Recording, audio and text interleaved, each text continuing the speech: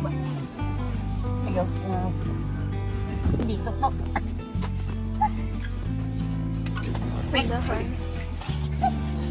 Ikaw kita yung po kayo. Mana kita? Sa pupunan guys.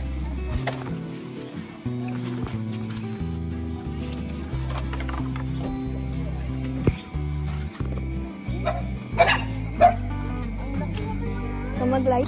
Hi! Hello po. Si Manay Ems. Manay Ems? Manay M Kitchen. Tinanggal ko na yung Ems dahil sa inyo na Rochelle. Si Manay Ems. Sa wakas, nakita ko na kayo. Hello. Ito yung famous. Jocelyn Arzua. Jocelyn! Ay, kumukha niyo po kasi.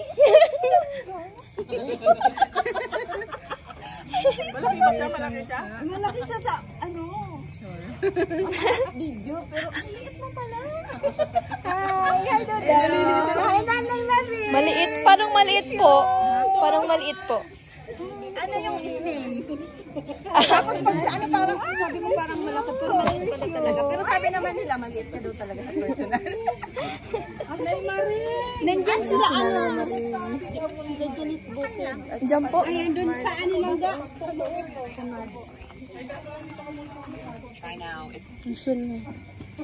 Ay, hello.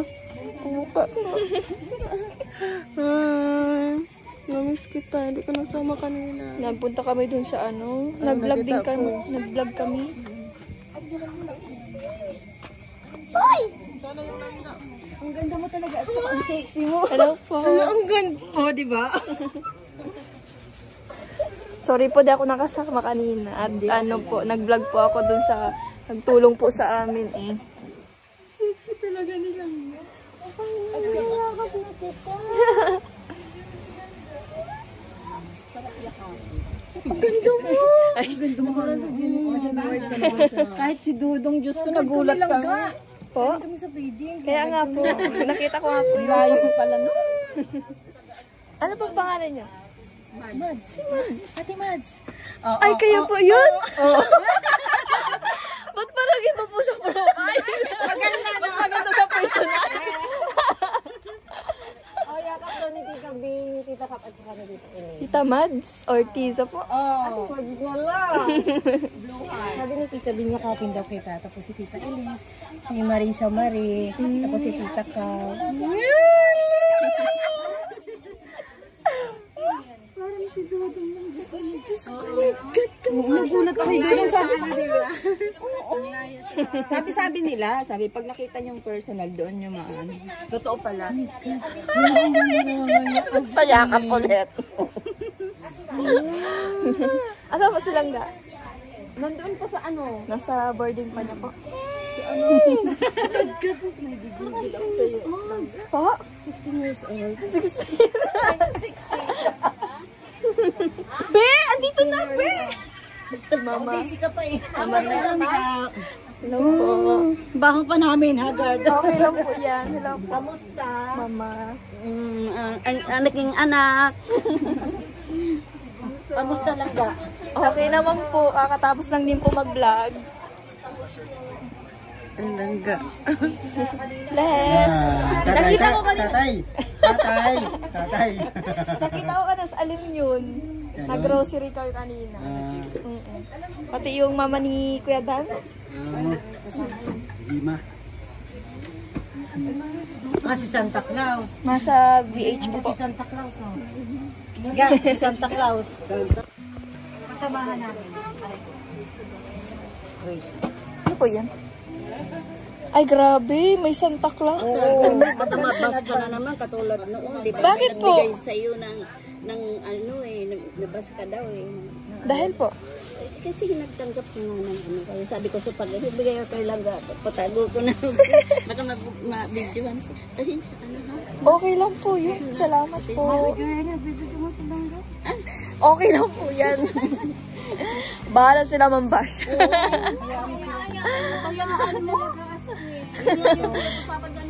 Totoo po ba yan? Totoo po ba yan? Baka naman po yun-joke nyo lang. yun. Hindi kami ito kay kay Ano po yun? Wow. Maria Jules, yung isa naming member. Grabe naman po yan. Baka nagit ng crop top. Naka-Dior. Ay, ito pala yung crop top. Ito yung damit mo, tsaka ito, dress daw to eh. Hindi po alam, check mo na lang. Tapos yung ano mo, crop top. Sinukso ko na sa loob. Yan. Paano mo na lang? Ewan ko kung online na siya eh. Kung naka isuksok, baka masira ito. Kami mag-ano like Oo, ito. Tapos to, sa akin, itong bag na naman na to. Asa na yun? Ito. Balon. Oo, gusto naman no. bakit? Saan ako Ito sa akin. Tapos sabi mo lang sapato mo. Nakakahiya naman po. Grabe. Sa'yo to. Thank you po. Lagi ko na dito ha.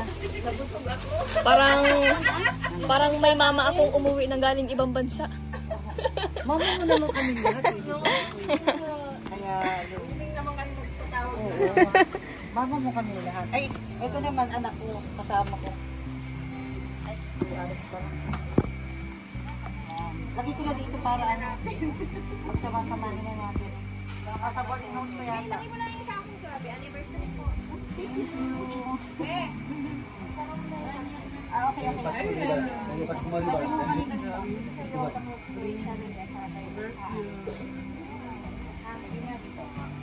Tapos ito siya yung kabila na ito.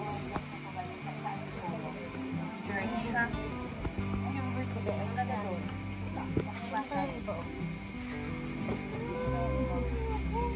Ay, mabalis mo ba? Mayos ka. Malayo ang titulo. Ay, matibay sa usog yan. Matibay sa usog yan silang ka. Mayos ka. Hindi, malalaman naman kasi Malakas daw kasi usog ng mga taga-sat. Antipulo? Nakablog si Loko, nakabidyo. Diba Kuya Alex? Ay, vlog ni Langga to. Picturean ko kayo nilang ba?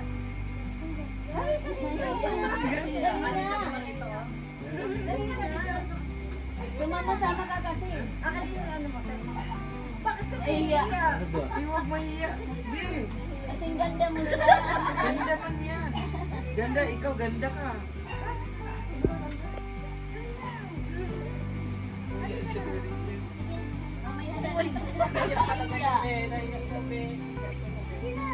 Kayo na lang mag-picture. Ubo, picturean o. Kaya, sige na ikaw na. Kasi cellphone ko. Picture.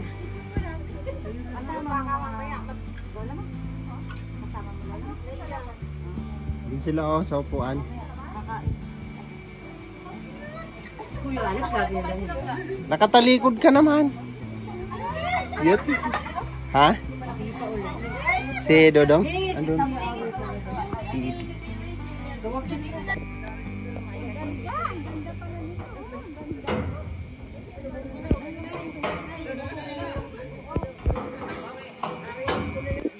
Gutom na yan. Sisirin ang sir, gutom na yan.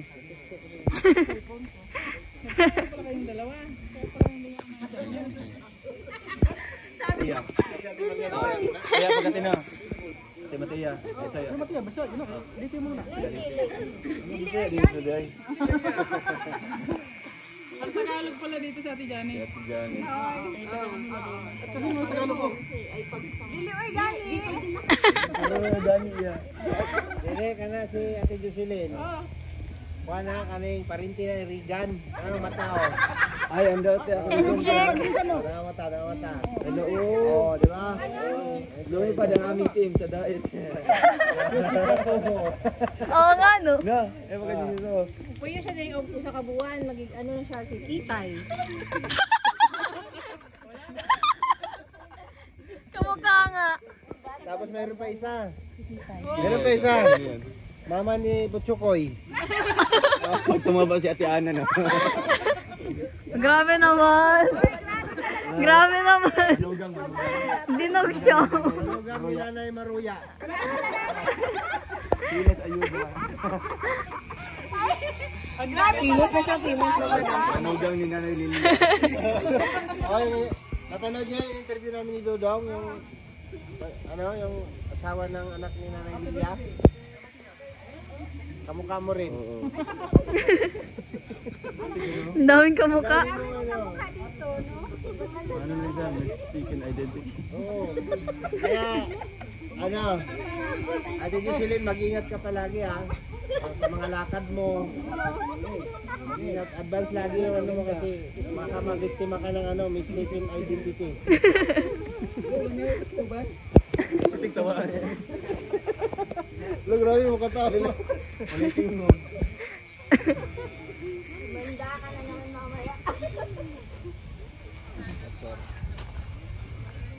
Wow, ang daming handa.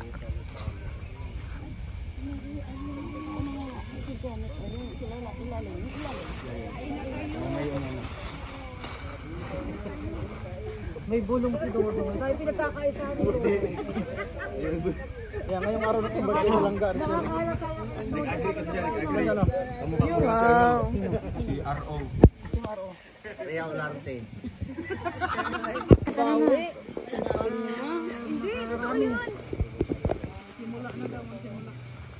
Okay. Diyan nakadila daw. Ay, mag-pray si Kuya Toto. Tato, pray na. Timal siya ni Hawa. Lito, kinsa? Kuya Toto. Tuto. Kuya Toto daw. Parang kami lang kanina yan, oh. Nagtago na sila. Pero na-corner din kami ni Dodong. Nagtatakpan silang dalawa. Yung akala namin nakalusot na kami. Yata, tuta nga ya, tuta. Na-corner din pala. Itoy, misa itoy. Inabangan kayo. Sa rulo, inabangan kayo. Sabi mo taali. Salat ka, salat. Salat. Salat ka, pray. Pray.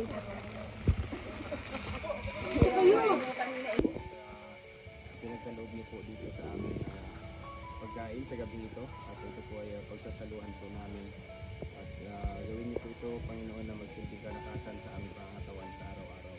Salamat din po, Lord, sa pinagkaloob mong kaligtasan sa aming lahat at sa mga tao pong mula pa sa malayo at nakarating po dito ng ligtas. Gabayan niyo po sila, Lord, sa kanilang pagbalik hanggang sa pag-uwi po nila sa kanilang mga tao. Salamat din po, Lord, sa pinagkaloob mo sa aming lahat ng blessing na pinagkaloob mo sa amin at mga taong tumutulong po sa amin. Pinapasalamatan po namin. Bless niyo po sila, Lord, at bigyan niyo po sila ng maraming blessing para patuloy po silang mag-share ng kanilang tulong para po sa ating mga kababayan. Lahat po ng napalantaan ng banyo. Ito po ay aming pinapanalangin sa aming Panginoon. Amen. Amen. Tato. Hindi ba plato? Ay na, lapit na kayo. Oo, kain na kayo. Tago din siya. Diba, magkakaano eh.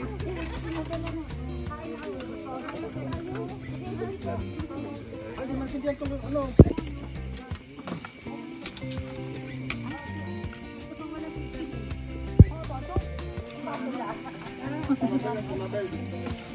Huwag O, Justin, nandito ka. Gagal ka.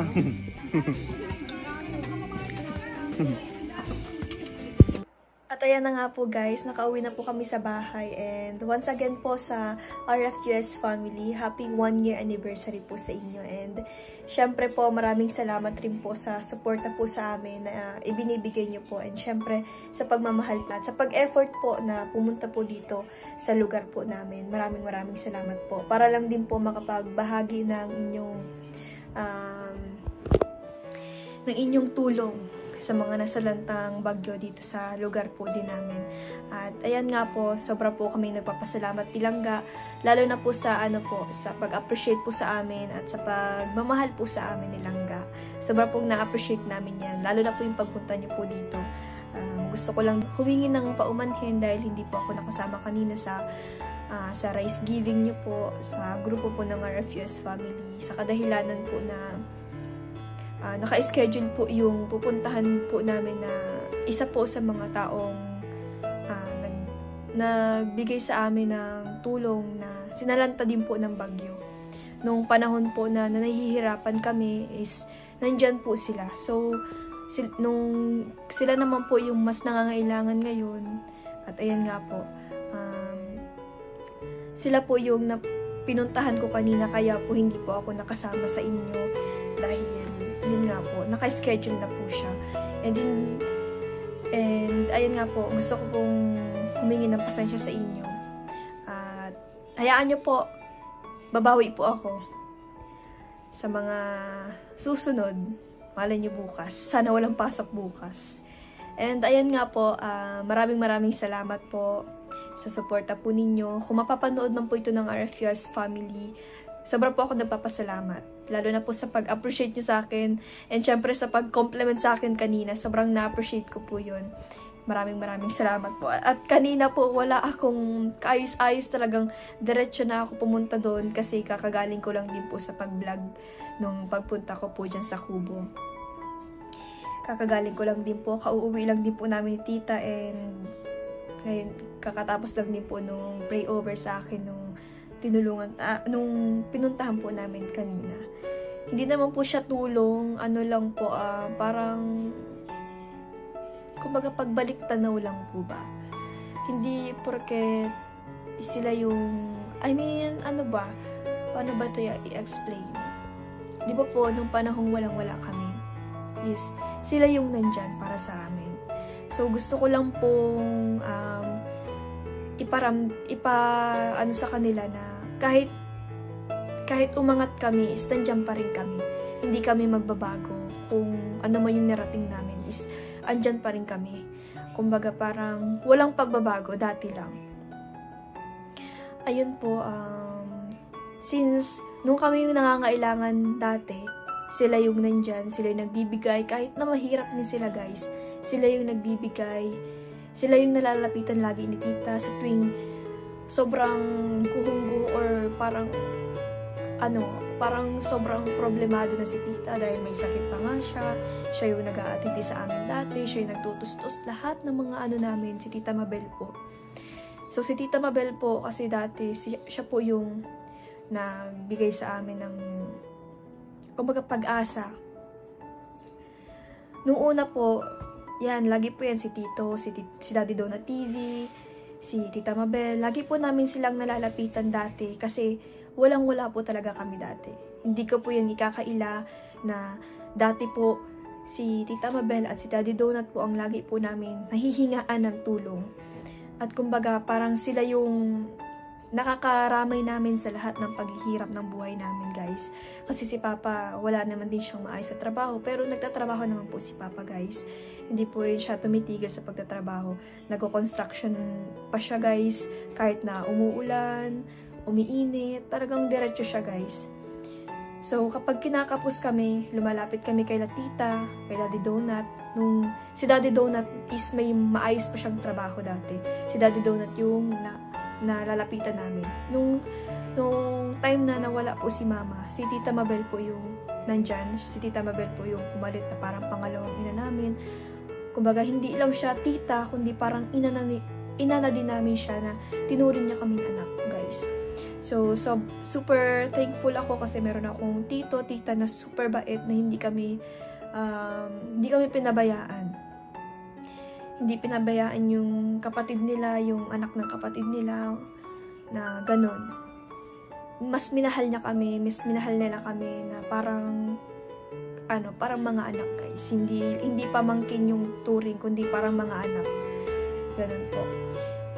Nung time na nahirapan talaga si tita, yung pinuntahan namin, yun yung nakakaramay ni tita. Hindi niya sa amin sinasabi kung gaano kahirap yung nararanasan niya, kundi dun siya pumupunta.